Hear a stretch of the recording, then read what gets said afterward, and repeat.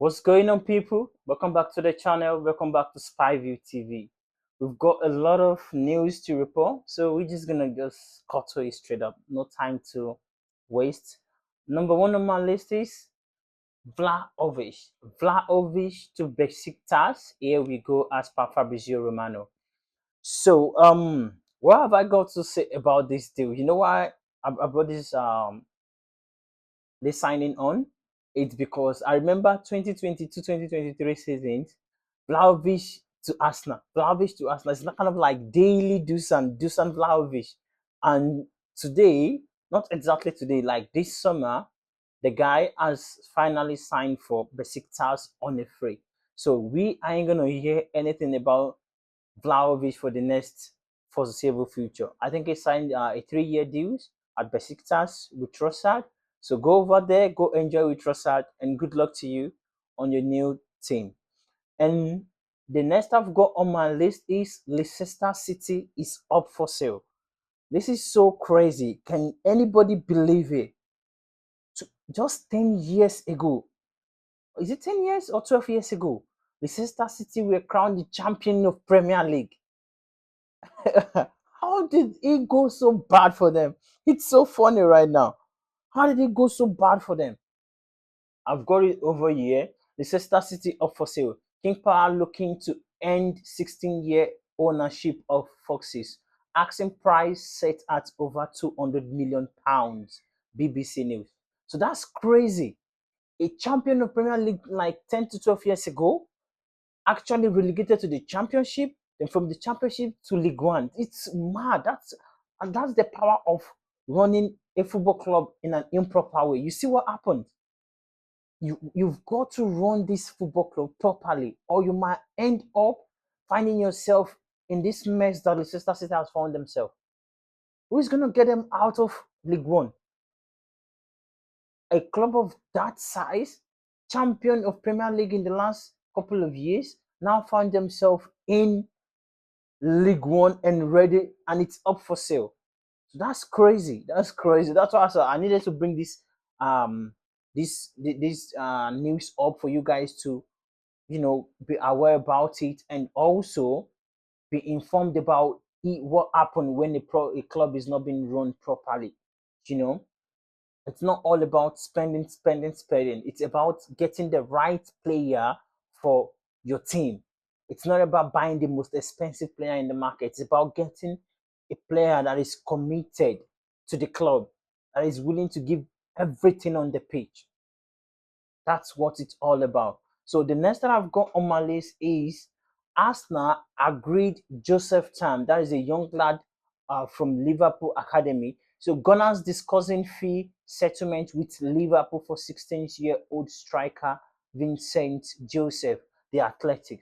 So Arsenal has signed another youngster. It's good that these youngsters are coming in, but that is not what we want to see. We want to see someone, a prolific striker, a prolific left winger, a prolific creative midfielder, back up to um, William Saliba in defense. That is what we want to see. We don't. Young star is good, no doubt about it. If any young star is out there, sign him. I've got no issue with it. But who do you Arsenal fans want to see right now? Arsenal fans wants to see a prolific left winger come through the door. That's what Arsenal wants to see right now. So the next that I've got here is Arsenal actually receive a bid for Martinelli. Galatasaray submits a 40 million euro bid for Gabriel Martinelli. So here is the little bit of details from Sky Germany. So Galatasaray bid for Martinelli. Turkish giant submits 45 million euros offer for Arsenal winger Sky Germany. So I'm not sure Arsenal is going to let him go if we don't find a prolific left winger. But if we can sign someone of top quality in the left, Arsenal can let him go. But 45 million euros, I ain't going to cut it. I'm not going to lie for you. This guy is a Premier League champion. This guy performed in the Champions League last season. Don't forget that. So you're submitting 45 million euros. It's around just 40 million pounds. Nah, that ain't gonna cut it. That ain't gonna cut it. You need to up the bid. You need to up the bid. And I remember watching the highlights of the game played yesterday, and I found out that Martinelli was doing a little bit of skills in the game. That's quite good. But let's speak about the game for 1 second. Thank God that I said to myself, I'm not gonna stream any game that has to do with preseason. I'm not gonna react to it. Maybe some sort of like starting 11 or post-match reaction or pre-match. I'm not gonna do any of that. But what I'm gonna do is, if there is crisis coming out of those games, I'm gonna pounce on it. And the reason why I'm not watching it is because it's friendly game. All this friendly, the guys aren't gonna put in that effort compared to like playing a Premier League game or a Champions League game, because they know there is nothing on the line. Whether you win or lose, it doesn't matter. That's how I say it. So that's why I'm not even streaming it at all. But Ateta has said we need more. We need more. That is what Ateta is saying right now. So I think he's saying we need more on the market. And what he's trying to say is that we need a top left winger in the market. When it's available, we're gonna go for it and sign him. And we're not gonna sign some sort of like um someone who's gonna sit on the bench, or or a second player to backup player to the first starter as a left winger. That's what Mikel Arteta is trying to say. We need top left winger. If we ain't getting it, I'm not sure Arteta is gonna allow or sanction the deal of Martinelli to Galatasaray. And also, Arteta also said, not literally say, he refuses to mention anything about Luis Kelly, but he says it's a good thing when top club are being linked to our player, which means our players are performing real well and they want him or her in their club. Actually, Luis Kelly scored the only goal yesterday for Arsenal against Coma. So that's that about that. Let me see. I think I still got something more for you. Okay, PSG win the Super Cup yesterday. They beat Aston Villa 2-1 to win the Super Cup. That is the champion of the Champions League and the champion of the Europa League comes together to play the Super Cup. And PSG won the match 2-1 to be the Super Cup champion. And another news that came out a couple of hours ago, 3 to 4 hours ago, by Fabrizio Romano says Napoli. I'm actually reading his tweet right now. Says Napoli are aware of conditions to sign Gabriel Jesus, and talks took place on club sides, which means at Napoli and Arsenal have been in contact and they've had a conversation. They've contacted each other. They've talked about the deal, and they want to know what it's gonna take for them to sign Gabriel Jesus, or the do's and don'ts, whatever it's gonna take to get it done. And Fabrizio Romano go on to say, deal now depends on Napoli exit. So more needed after Lukaku.